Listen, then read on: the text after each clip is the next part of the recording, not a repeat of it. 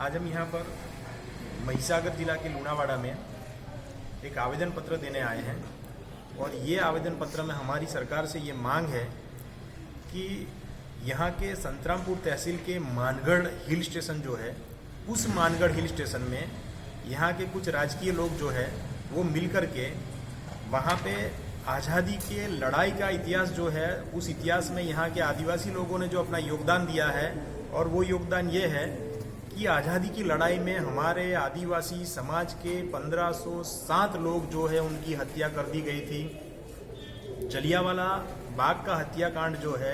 उससे भी बड़ा हत्याकांड यहाँ पे मानगढ़ में हुआ था,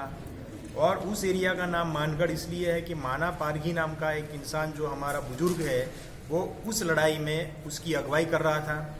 और गुरु गोविंद सिंह जो है, गोविंद गुरु जो है, गोविंद गुरु की अगुवाई में 1507 आदिवासियों ने,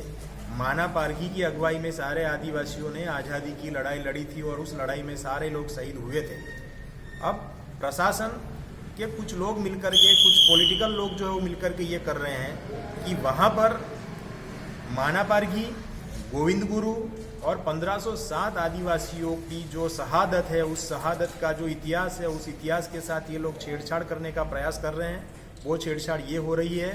कि वहाँ पर उनके स्मृति चिन्ह जो बनने चाहिए,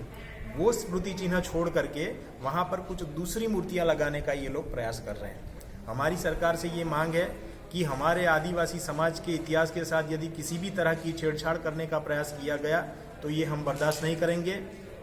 और ये अगल बगल के जितने भी ज़िले हैं, जितने भी राज्य हैं, राजस्थान है, मध्य प्रदेश हैं और गुजरात है, ये तीनों राज्यों के आदिवासी लोग जो हैं उनका इस जगह के साथ बड़ा ही लगाव है, उनकी आस्था जुड़ी हुई है, उनके बुजुर्गों का इतिहास है, और वे बुजुर्गों के इतिहास के साथ यदि किसी भी तरह की छेड़छाड़ की जाती है तो उसको बर्दाश्त नहीं किया जाएगा। ये आवेदन पत्र के माध्यम से हम सरकार को ये सूचित करना चाहते हैं कि हमारे इतिहास को,